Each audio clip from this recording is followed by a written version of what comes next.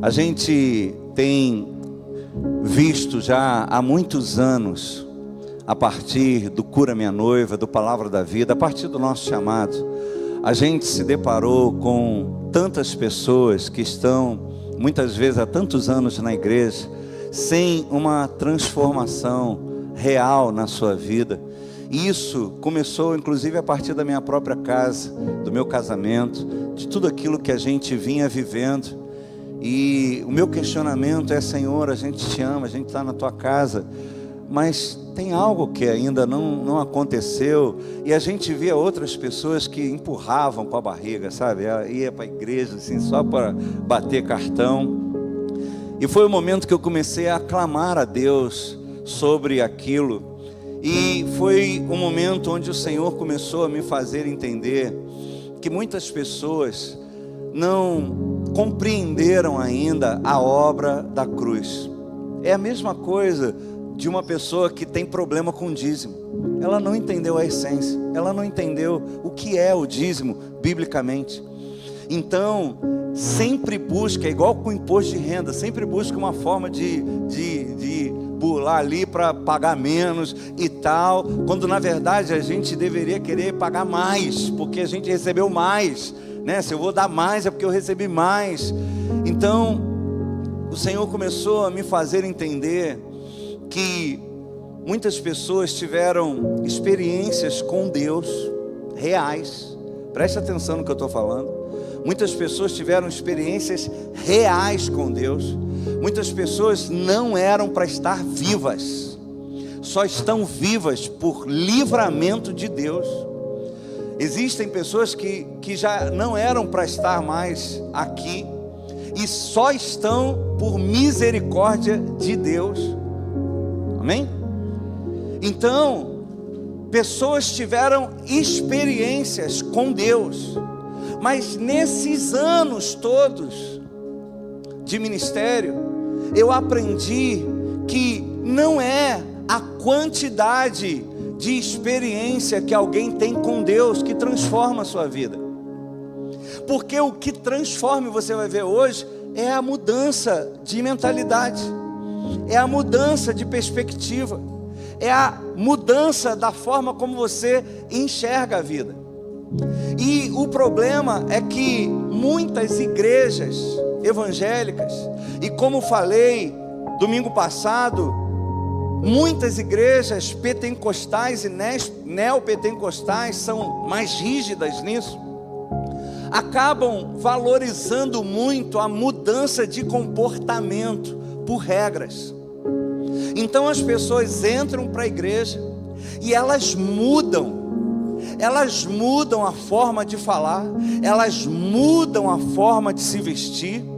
Você vê pessoas pregando e você vê, cara, não é ele não fala assim, ela não fala assim, é um personagem muitas vezes, mas aquilo muitas vezes não é consciente, não é porque a pessoa foi formada ali naquele ambiente, ela viu, é assim que se faz, e todos os pregadores que eu conheço foram assim, então eu tenho que fazer assim. Também é natural, a gente é influenciado, a gente é sim, em certa parte, fruto do meio que a gente vive.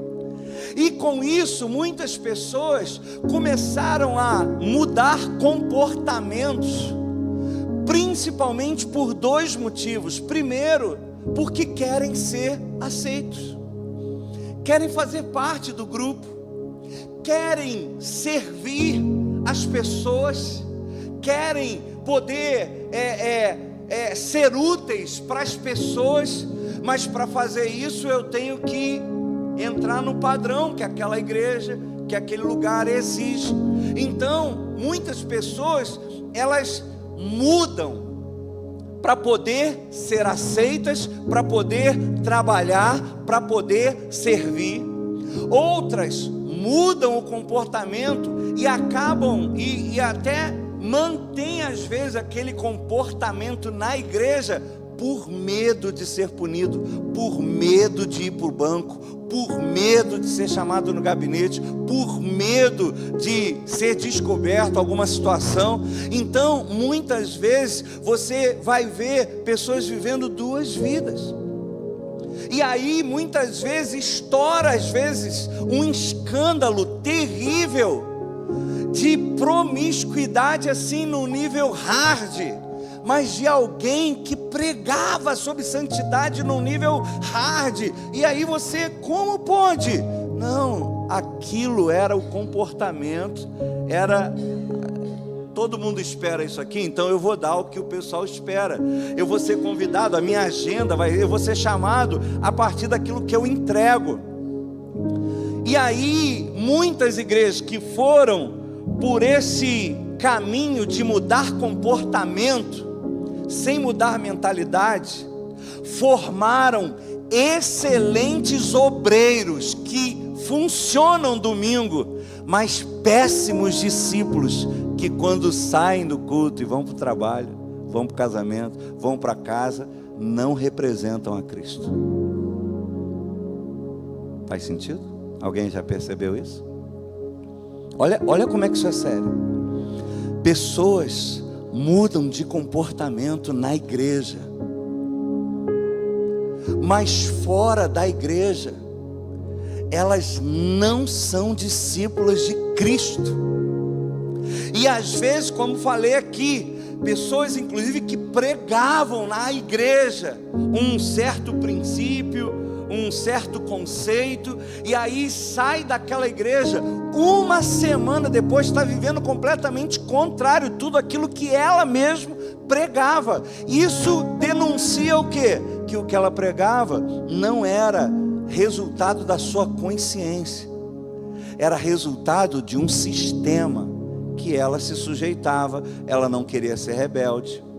E agora, como eu não estou lá, eu posso ser eu. Vimos essa semana um filme onde pessoas viviam dentro de um sistema que dependia de quantas estrelinhas você ganhava. Olha que coisa tremenda, pensa só, você dava um bom dia, sorria, o pessoal, opa, 5 estrelinhas, igual no Uber, pá, 5 estrelinhas, não gostei de você, 2 estrelinhas, e tal. Então as pessoas, dependendo de quantas estrelinhas, você pode alugar esse apartamento, dependendo de quantas estrelinhas, você pode pegar esse voo, dependendo de quantas estrelinhas, você não pode alugar esse carro, você só pode alugar aquele ali. Pensa só. Então as pessoas se moviam para ganhar estrelinha, e elas viviam fora da realidade.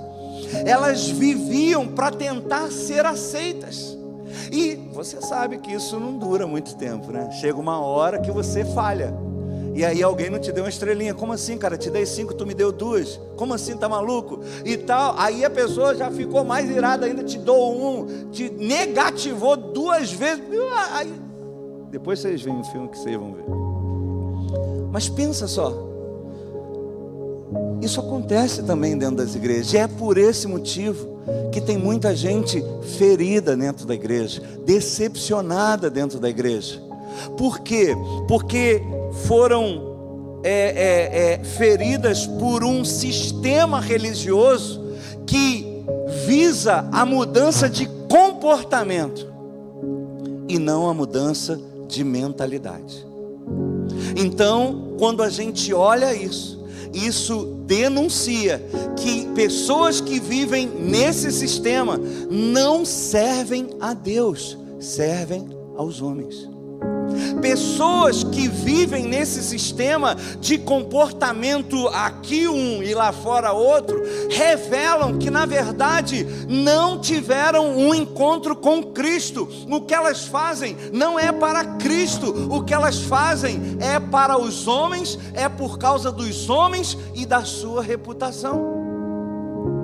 E quando você não ganha a estrelinha dos homens, você surta e envergonha o nome do Senhor. Você surta e não está nem aí que o seu comportamento naquele momento está revelando algo pior do que um ímpio às vezes. Consegue entender? Porque eu não penso em Cristo. Eu não estou fazendo por Cristo. Não é Ele que conduz a minha vida. Não é Ele que me influencia. me lembro dele quando eu estou na igreja, aí a gente canta, aí a gente adora, a gente lê a Bíblia, a gente vai orar, eu lembro, mas no meu cotidiano, ele não faz parte. Ele não é o meu Senhor. Ele não é a razão da minha vida, da minha existência. Ele é um apetrecho, ele é um adereço que às vezes eu levo, às vezes eu não levo, dependendo de onde eu vou, não é legal, não pega bem, dependendo, entende? E aí a gente viu como isso é doentio. A partir daí, a gente decidiu fazer uma série de ministrações chamada Encontros com Cristo, que começou domingo passado. E qual é a proposta? Por favor, preste atenção nisso para que você entenda. São 8 semanas. Qual é a proposta desse projeto? São 8 semanas. A gente podia ficar, mas a gente decidiu fazer 8 semanas. 8 encontros com Cristo. E qual o propósito disso? 4 que vieram ao meu coração. Primeiro, ajudar a cada um aqui a entender o que significa ter um encontro com Cristo. É possível ter uma experiência com Deus e não ter um encontro com Cristo? É possível estar servindo a Deus e não ter um encontro com Cristo? Essa é a questão. Então, quando eu paro para pensar e como é o meu chamado, eu trabalho com fundamentos. O meu papel sempre quando eu vou ministrar é primeiro botar o fundamento antes de construir. É primeiro conscientizar as pessoas do que você está fazendo, por que você deve fazer, por que você deve participar desse momento, para que a partir daí a mudança de comportamento que nós entendemos que tem que existir. Eu não estou falando, pastor, então não precisa mudar o comportamento? Claro que tem que mudar. Claro que um cara que era solteiro e decidiu casar, ele vai mudar de comportamento. Ele não vai mais um monte de lugar. Ele não pode mais viver como solteiro, porque agora ele foi transformado, ele é casado. Tem que mudar, não pode ter atitude de solteiro se é casado. Mas isso tem que ser de forma consciente, porque só é duradouro quando é consciente. Só é duradouro porque eu quis mudar, eu quis viver algo novo, eu quis tocar o coração das pessoas. Então, o propósito desse projeto é levar você a entender o que de fato significa um verdadeiro encontro com Cristo. A partir daí, confirmar, é um tempo para você confirmar se você já teve um encontro com Cristo. Então assim, o encontro com Cristo é isso aqui, cara. Ih, rapaz, isso aí me ensinaram outra coisa. Pode acontecer e fica tranquilo, tá tudo bem. Não dá para você continuar depois disso da mesma forma, mas está tudo bem você ter sido enganado ou se enganado por causa das suas carências, porque você tinha uma necessidade de ser aceito, era uma doença, era uma enfermidade interior, então havia uma necessidade de ser aceito.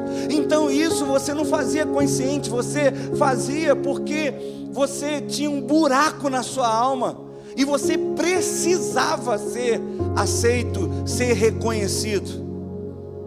Mas quem teve o encontro com Cristo, esse buraco é preenchido. Quem tem um verdadeiro encontro com Cristo, esse buraco é preenchido. É preenchido. Aí, então, peraí. Consegue entender? O que significa ter um encontro? E aí eu paro para ver, cara, será que eu tive um encontro? E aí, a terceira coisa, quais as barreiras para um verdadeiro encontro? E aí eu estou mostrando algumas coisas que existem igrejas que focam no comportamento. Não, você tem que mudar, você tem que mudar, você tem que mudar de comportamento. E aí a pessoa muda de comportamento. É um sistema. Isso é uma barreira para você ter um encontro com Cristo, porque você se engana, as pessoas se enganam, que eu estou servindo, eu estou indo na igreja, eu sou obreiro, eu era diácono, agora eu sou evangelista, agora eu sou pastor, eu prego, Deus já me usou, eu falo em línguas e tal, e está tudo bem. Não está tudo bem.